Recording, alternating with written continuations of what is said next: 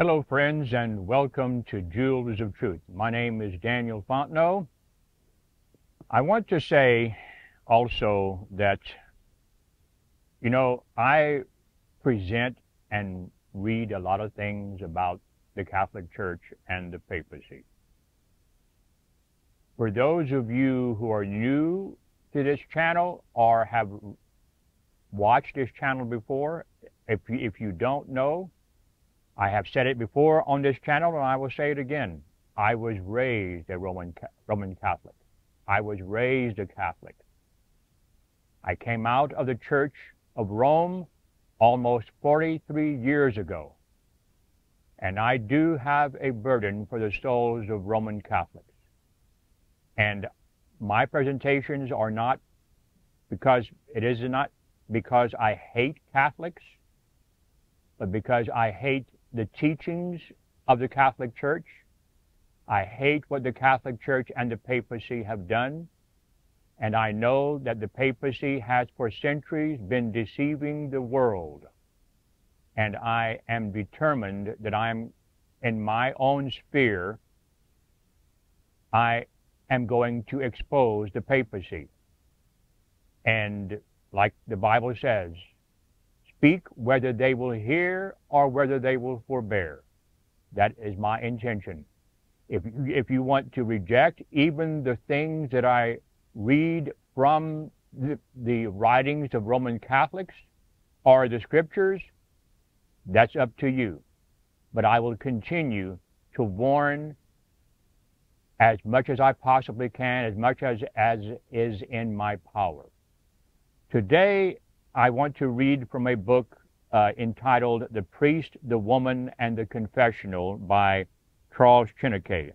I may not be pronouncing his last name correctly. He was a Catholic priest back in the 1800s. He was a Catholic priest for 50 years. I believe it was 50 years. Yeah, he was a Catholic for 50 years.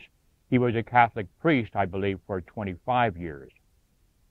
He came out of the Catholic Church, and there's a whole story about him. But anyway, I won't go into all that right now. So I'm going to read chapter 3 in this book, and chapter 3 is entitled The Confessional and the Modern Sodom. Right? I'm sorry, as it should read, The Confessional is the Modern Sodom. Okay, so it says, if anyone wants to hear an eloquent oration, let him go where the Roman Catholic priest is preaching on the divine institution of auricular confession. There is no subject, perhaps, on which the priests display so much zeal and earnestness, and of which they speak so often. Now, mind you, he is writing in the 1800s. But even though this book is an old book, the man was a Catholic priest, so he knows, he knew. But even though this is an old book, I do not doubt that the same things are going on today. That the priests speak more on this subject than on any other. For this institution is really the cornerstone of their stupendous power. Let me read that again. For this is an ex-Catholic priest saying this. This institution is really the cornerstone of their stupendous power.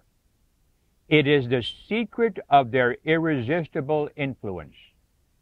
Let the people open their eyes today to the truth and understand that auricular confession is one of the most stupendous impostures which Satan has invented to corrupt and enslave the world.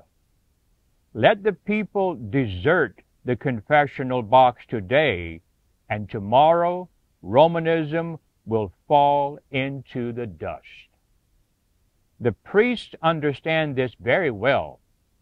Hence, their constant efforts to deceive the people on that question. To attain their object, they have recourse to the most egregious falsehoods. The Scriptures are misrepresented. The Holy Fathers are brought to say the very contrary of what they have ever thought or written. And the most extraordinary miracles and stories are invented. But two of the arguments to which they have more often recourse are the great and perpetual miracles which God makes to keep the purity of the confessional undefiled, and its secrets marvelously sealed. They make the people believe that the vow of perpetual chastity, which, the priest and the pope, they claim to take this vow of perpetual chastity, they make the people that vow changes their nature, turns them into angels, and puts them above the common frailties of the fallen children of Adam. Oh, yeah, we're just saints. We can put ourselves in this situation and we'll just continue pure saints. Bravely and with a brazen face, when they are interrogated on that subject, they say that they have special graces to remain pure and undefiled in the midst of the greatest dangers, that the Virgin Mary, to whom they are consecrated, is their powerful advocate to obtain from her Son that superhuman virtue of chastity that would be a cause of sure perdition to common men, is without peril and danger for a true son of Mary. And with amazing stupidity, the people consent to be duped, blinded, and deceived by those fooleries. But here, let the world learn the truth as it is, from one who knows perfectly everything inside and outside the walls of that modern Babylon. And he's speaking of himself, that he knows the truth about all this. Though many, I know, will disbelieve me and say, "We hope you are mistaken. It is impossible that the priests of Rome should turn out to be such impostors." They may be mistaken. They may believe and repeat things which are not true, but they are honest. They cannot be such impudent deceivers. Yes, though I know that many will hardly believe me, I must tell the truth. Those very men who, when speaking to the people in such glowing terms of the marvelous way they are kept pure in the midst of the dangers which surround them, honestly blush and often weep when they speak to each other, when they are sure that nobody except priests hear them, they deplore their own moral degradation with the utmost sincerity and honesty. They ask from God and men pardon for their unspeakable depravity. I have here in my hands, says the writer of this book, and under my eyes, one of their most remarkable secret books, written, or at least approved, by one of their greatest and best bishops and cardinals, the Cardinal de Bonald, Archbishop of Lyons. The book is written for the use of priests alone. Its title is, in French, Examen de conscience de prêtresse, if I'm pronouncing that correctly in French.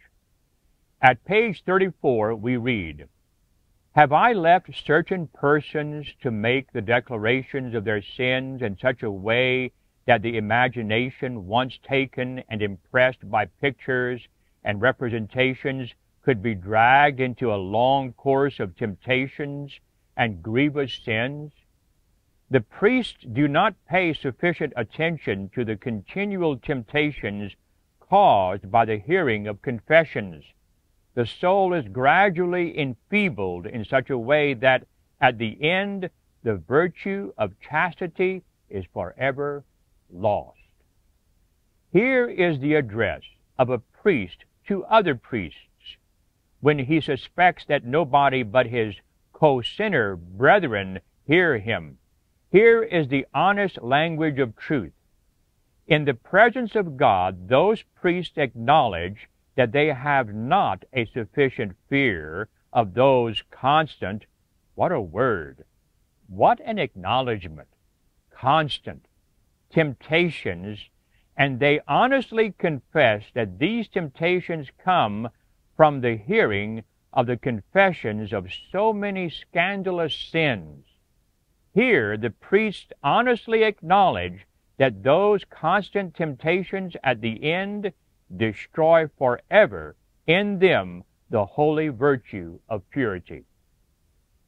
Ah, would to God that all the honest girls and women whom the devil entraps into the snares of auricular confession could hear the cries of distress of those poor priests whom they have tempted, forever destroyed. Would to God that they could see the torrents of tears shed by so many priests, because from the hearing of confessions they had forever lost the virtue of purity. They would understand that the confessional is a snare, a pit of perdition, a Sodom for the priest, and they would be struck with horror and shame at the idea of the continual, shameful, dishonest, degrading temptations by which their confessor is tormented day and night. They would blush on account of the shameful sins which their confessors have committed. They would weep over the irreparable loss of their purity. They would promise before God and men that the confessional box should never see them any more. They would prefer to be burned alive if any sentiment of honesty and charity remain in them, rather than consent to be a cause of constant temptations and damnable sins to that man. Would that respectable lady go any more to confess to that man if, after her confession, she could hear him lamenting the continual, shameful temptations which assail him day and night, and the damning sins which he has committed on account of what she has confessed to him? No. 1,000 times no. Would that honest father allow his beloved daughter to go any more to that man to confess if he could hear his cries of distress and see his tears flowing, because the hearing of those confessions is the source of constant, shameful temptations and degrading iniquities? Oh, I would to God that the honest Romanists all over the world, for there are millions who, though deluded, are honest, could see what is going on in the heart and the imagination of the poor confessor when he is there surrounded by attractive women and tempting girls, speaking to him from morning to night on things which a man cannot hear without falling. Then that modern but grand imposture called the sacrament of penance would soon be ended. But here again, who will not lament the consequences of the total perversity of human nature? Those very priests who, when alone in the presence of God, speak so plainly of the constant temptations by which they are assailed, and who so sincerely weep over the irreparable loss of their virtue of purity when they think that nobody hears them, will yet in public, notice this, will yet in public, with a brazen face, deny those temptations. Wow. They will indignantly rebuke you as a slanderer if you say anything to lead them to suppose that you fear for their purity when they hear the confessions of girls or married women.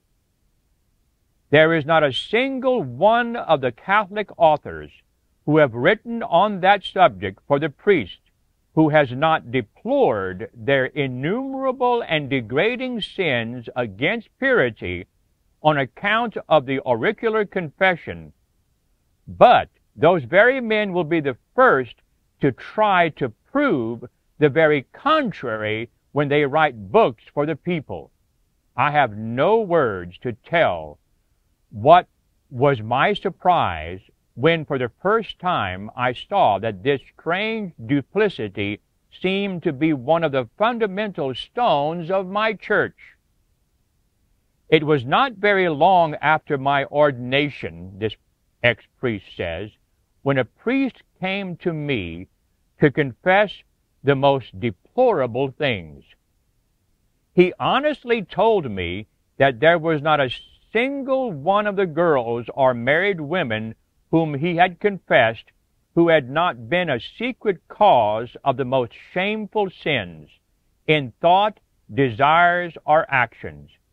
But he wept so bitterly over his degradation. His heart seemed so sincerely broken on account of his own iniquities that I could not refrain from mixing my tears with his. I wept with him, and I gave him pardon for all his sins, as then I thought I had the power and right to give it. 2 hours afterward, that same priest, who was a good speaker, was in the pulpit. His sermon was on the divinity of auricular confession.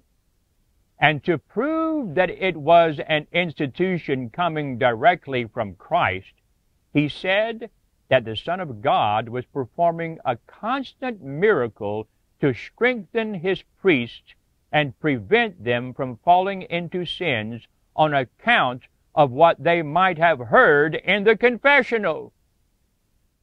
The reason why I say it so loudly is because that in the book itself, it has 3 exclamation points. This ex-priest, when he was a priest, he was aghast at this. How could this priest do this? The daily abominations, which are the result of auricular confession, are so horrible and so well known by the popes, the bishops, and the priests that several times public attempts have been made to diminish them by punishing the guilty priest. But all these commendable efforts have failed. One of the most remarkable of those efforts was made by Pius IV about the year 1560.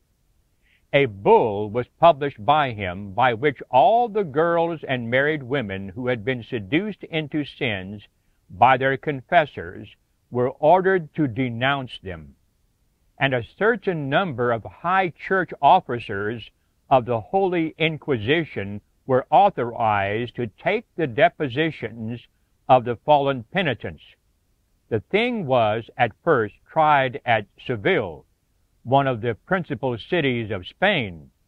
When the edict was first published, the number of women who felt bound in conscience to go and depose against their father confessors was so great that though there were 30 notaries and as many inquisitors to take the depositions, they were unable to do the work in the appointed time. 30 days more were given, but the inquisitors were so overwhelmed with the numberless depositions that another period of time of the same length was given. But this again was found insufficient. At the end, it was found that the number of priests who had destroyed the purity of their penitents was so great that it was impossible to punish them all. The inquest was given up, and the guilty confessors remained unpunished. Several attempts of the same nature have been tried by other popes, but with about the same success. But if those honest attempts on the part of some well-meaning popes to punish the confessors who destroy the purity of the penitents have failed to touch the guilty parties, they are, in the good providence of God, infallible witnesses to tell to the world that auricular confession is nothing else than a snare to the confessor and his dupes. Yes, those bulls of the popes are an irrefragable testimony that auricular confession is the most powerful invention of the devil to corrupt the heart, pollute the body, and damn the soul of the priest and his female penitent. That is chapter 3 in the book, The Priest, the Woman, and the Confessional by Charles Chineke. In closing, I want to read a statement that I read on in a more recent video, one before this one, of course. Again, from the book, The Great Controversy. This degrading confession of man to man is the secret spring from which has flowed much of the evil that is defiling the world and fitting it for the final destruction. And I said before, and I will say it again, our present president is a Catholic, and others in his cabinet and among the Democrats also, there are Catholics. And I do not doubt that they are being influenced to do the dirty work of destroying America right there in the confessional. That is my belief. That is my conviction. And, you know, if you are a Catholic and you feel attacked, then I would say you need to come out of Babylon. Come out of Babylon. Come out of that church which has committed such horrible things. This here is just the top, just the tip of the iceberg. If you agree with this presentation, then by all means tap that like button at the bottom of this video so that it can be sent far and wide to those who need to be undeceived, those who are hungering and thirsting for the truth as it is in Jesus. And if you have any comments or questions, then by all means place your comments at the bottom of this video. And if you haven't subscribed, we would highly encourage you to do so. We thank you for joining us here at Jewels of Truth, and we hope that you will have a good day in the Lord.